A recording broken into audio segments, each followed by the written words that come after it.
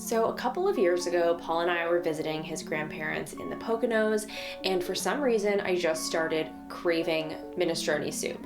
I don't know what it was, if it was the cold or if I was just hungry, but I think I was just craving something really warm and hearty and healthy and filling. And so minestrone soup just popped into my head, even though I couldn't even tell you the last time I had had it. So I talked about it pretty much nonstop. His family probably thought I was crazy. And then the next time we went up, I made sure to bring all the ingredients with me so that I could make a nice big pot of minestrone for everyone. So in doing my research on what I should put into this minestrone, I learned that there's really no wrong way to make it. I've read that minestrone stands for big soup, and it was created in Italy as a way to sort of use up your leftover veggies in your kitchen for the week. So, like I said, no wrong way to make it. However, I am very picky about the veggies in my soup, so I have created what is my perfect version of a minestrone. So here's what you'll need to make Marielle's marvelous minestrone. Carrots, the amount is up to you. I've got 3 smaller ones here, but I actually ended up doing 1 more in the end. An onion, which I used about half of, a few cloves of garlic, spinach, veggie stock or a concentrate. I actually love this better than bouillon concentrate because I think that it's super economical, and I love that the packaging is very eco-friendly. White beans, but you can use another kind of bean if you have a favorite. I like to use 2 cans because I like a lot of beans in my soup. I think they're really what makes the soup so hearty and also filling and protein packed. A pasta of your choice. I really like something with like an interesting shape for a soup like this, and I gotta say I have been loving these trumpets. I just think they're so pretty and fun. A can of diced tomatoes.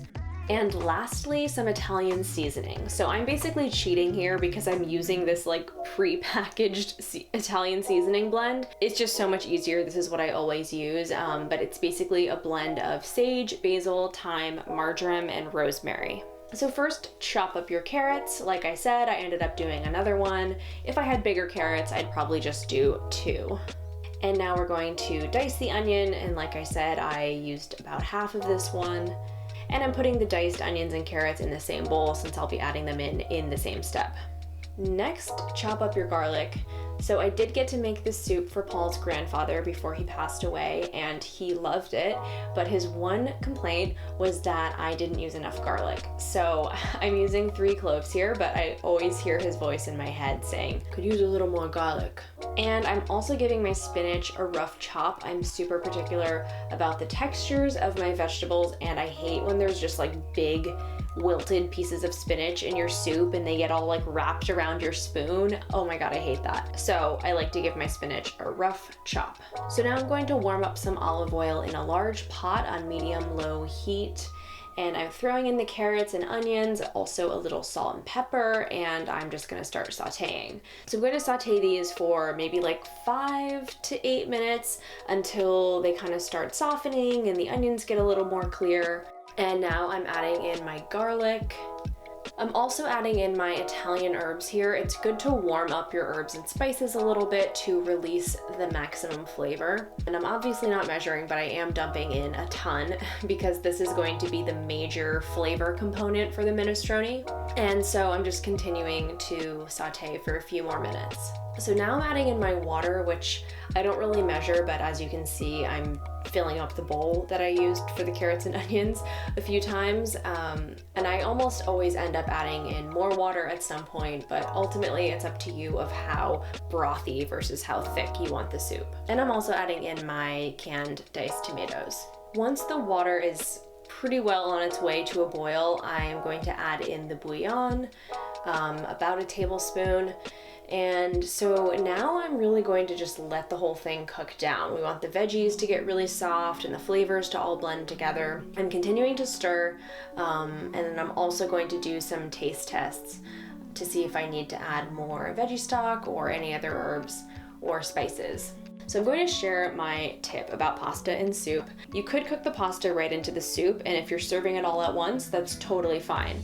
But if you're planning on saving and storing any of the soup, then I suggest my method, which is to cook the pasta separately. So that way, once you cook and strain your pasta, you can just add whatever you want into your bowl as you're serving it. So then you can store the soup and the pasta separately in the fridge. So this is going to prevent the pasta from absorbing more water and basically becoming like mushy and overcooked as it's just sitting there in the liquid.